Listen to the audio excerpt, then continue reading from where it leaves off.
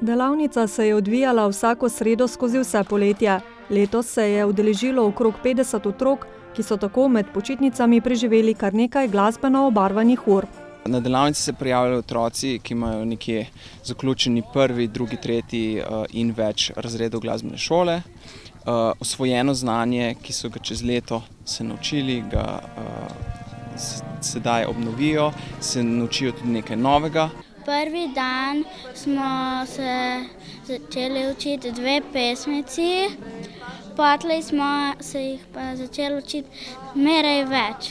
Spoznam tudi kaj novega, mi pomagajo malo, drugače pa večinoma že znam. V redu je, da je vse zastonj, tudi da organizirano je dobro, poskrbljeno za prevoz. Ves čas projekt podpira tudi domača občina. Orkester je vsekakor en velik doprinos sami občini Straža in pa razvoju ne samo turizma, ampak tudi same kulture v kraju samem.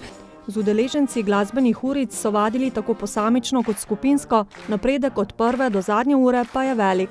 Ko prvi dan beremo note, je šlo vse zelo razkopano.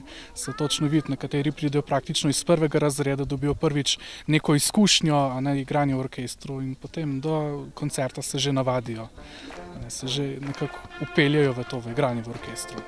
Otroci so se učili priredb znanih skladb, od filmskih do priljubljenih. Tako da otroci uživajo, ko igrajo, se zabavajo in spoznavajo glasbo tudi na drugačen način.